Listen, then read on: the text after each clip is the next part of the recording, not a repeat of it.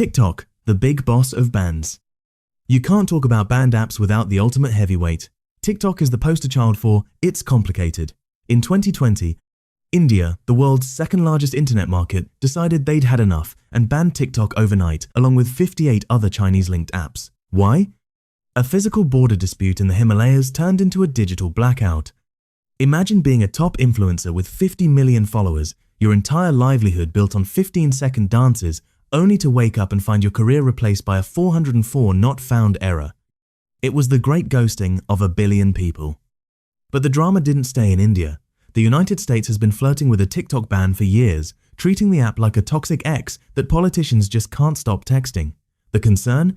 Confidential data and the fear that your synchronized lip syncing is actually a secret Trojan horse for international espionage. Whether it's valid security concerns or just a bunch of people in suits being terrified of Gen Z's ability to organize through memes, TikTok remains the most high-profile illegal app in multiple countries. It's the digital equivalent of that one kid who's banned from the mall but still finds a way to hang out in the parking lot via a third-party browser. Saraha, the honest nightmare. Remember Saraha? It was the Saudi Arabian app that promised constructive feedback by letting people message you anonymously.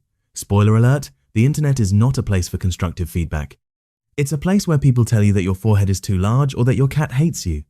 Saraha exploded in 2017, but it quickly turned into a digital version of the burn book from Mean Girls. The intention was professional growth, but the reality was a 24/7 stream of unfiltered, anonymous insults that would make a sailor blush. The ban didn't actually come from a government, but from the ultimate gatekeepers, Apple and Google. After a mother's petition gained nearly 300,000 signatures highlighting how the app was being used for extreme cyberbullying and death threats, the tech giants pulled the plug. It was a rare case of an app being banned not for politics, but because it was effectively a harassment simulator. It turns out that when you give humans a mask and a keyboard, they don't give you constructive tips on your work-life balance, they tell you why nobody liked you in middle school. Saraha was the digital version of a kick me sign, and eventually the App Store decided the joke wasn't funny anymore. WeChat, the everything app. If TikTok is the cool younger sibling, WeChat is the overbearing parent who knows exactly where you are and what you're buying at all times. In China, WeChat isn't just social media, it's your wallet, your doctor's appointment, your taxi driver, and your identification. But outside China, it's treated like a digital Swiss Army knife with a hidden camera. India banned it alongside TikTok, citing the same national security concerns, effectively cutting off millions of people from their primary way of communicating with family abroad. The humor here is that WeChat is so integrated into daily life that banning it is like trying to ban air or uncomfortable family dinners. For the diaspora and international businesses, a WeChat ban is a logistical nightmare. It's an app that literally does everything, including allegedly reporting back to the Home Office. It's the ultimate security versus convenience trade-off. Is the ability to pay for a street-side corn dog with a QR code worth the potential of a foreign government knowing your exact corn dog consumption levels? For many countries, the answer was a resounding no. It remains a giant in the East and a ghost in the West, proving that one man's essential utility is another man's security breach. Fling, the accidental adult app. Now for something a bit more obscure. Meet Fling. The premise was deceptively simple. You take a photo or video and fling it to 50 random people across the globe. It was supposed to be a whimsical, serendipitous way to see what someone in Iceland was having for breakfast or what a sunset looked like in Tokyo. Instead, it very quickly became a way to see things that definitely were not breakfast. The randomness of the app was its primary selling point, but also its immediate and messy downfall. Fling was eventually nuked from the App Store because, shocker, when you let people send unsolicited images to 50 strangers at once, it turns into a 24/7 exhibitionist festival. The founder reportedly spent a fortune hiring moderators to scrub the spicy content, but the internet moves faster than a human with a delete button. At one point, Fling was one of the fastest growing apps in the world, proving that humans have a deep, primal urge to send pictures of their feet to strangers in Peru. It was eventually banned for failing to control its own chaos. It serves as a cautionary tale. If you build a digital message in a bottle service, don't be surprised when people start putting things in the bottle that you really don't want to wash up on your shore. Telegram, the encryption enigma.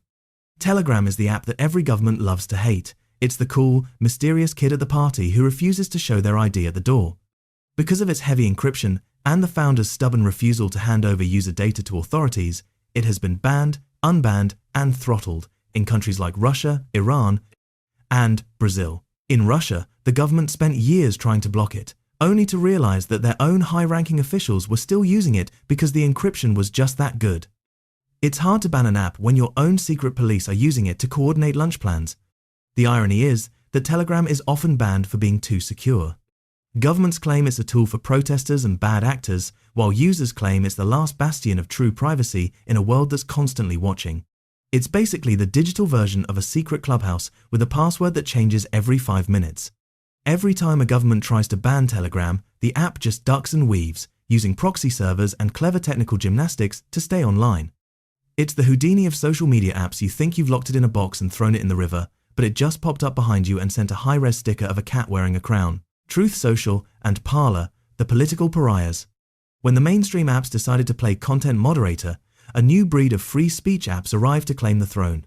Parlor and later Truth Social were designed to be the Wild West of political discourse, where the cancel culture of Silicon Valley couldn't reach you. However, after the chaotic events of January 6th, Apple and Google decided Parlor had crossed a line regarding incitement to violence and gave it the boot. It was a historic moment where the hardware providers essentially decided which ideologies were allowed to exist on their devices. Truth Social, Donald Trump's platform, faced similar hurdles, specifically with Google's Play Store over insufficient content moderation policies. It's a fascinating look at the power of the duopoly. You can build the most popular app in the world, backed by a former president, but if the two guys holding the keys to the App Store don't like your vibe, you're basically shouting into a void. These apps weren't banned by governments, mostly, but by the corporate overlords who decided that free speech needed a few more asterisks and a lot more moderators. It turns out that even in the land of the free, the App Store has a dress code, and if you don't wear a tie, you're not getting in. Secret, the app that knew too much. Back in 2014, there was an app called Secret. It allowed you to share anonymous posts with your friends and your friends' friends. It was like a digital confession booth, but instead of a priest, your audience was your co-workers and that one guy you met at a party 3 years ago. It became a hub for Silicon Valley gossip, corporate leaks, and inevitably high-octane bullying. Because the posts were tied to your contact list, the secrets felt uncomfortably close to home. You knew the person talking about their boss was probably sitting in the cubicle next to you. In Brazil, a judge took the ban to a whole new level. Not only was the app ordered to be removed from stores, but the judge also ruled that the app must be remotely deleted from people's phones. That is some Big Brother energy right there, literally reaching into your pocket to scrub your data. The app eventually shut down entirely because the founder realized that anonymity and being a decent human are two things that rarely happen at the same time. Secret proved that while we all have secrets, maybe we shouldn't share them with a 22-year-old software engineer in Palo Alto and 10,000 judgmental strangers. It went from the next big thing to a cautionary tale of too much information in record time. Friendster, the ban of time. Finally, let's look at a different kind of ban, the ban of irrelevance. Friendster was the original social media king. Before MySpace, before Facebook, there was Friendster. While it wasn't banned by a government decree or a store policy, it was effectively banned from existence by its own technical failures. It became so slow and buggy that users fled in droves. At its peak, it was the center of the universe, but it couldn't handle its own success. In a weird twist, it actually stayed popular in Southeast Asia for years after the rest of the world forgot it existed, acting as a digital time capsule. Eventually, it was banned by the new owners who turned it into a gaming site before nuking it from the internet entirely. It's a reminder that the biggest threat to a social media app isn't always a government censor or a privacy law. It's the fact that humans are fickle and our attention spans are shorter than a TikTok video. One day you're the king of the world. The next day you're a trivia question in a YouTube video. Friendster didn't die because of a law. It died because we moved on. So, which of these apps do you miss the most? Or are you glad the digital police cleared out the neighborhood? If you enjoyed this trip through the graveyard, hit that subscribe button. It's the only thing that isn't banned, yet.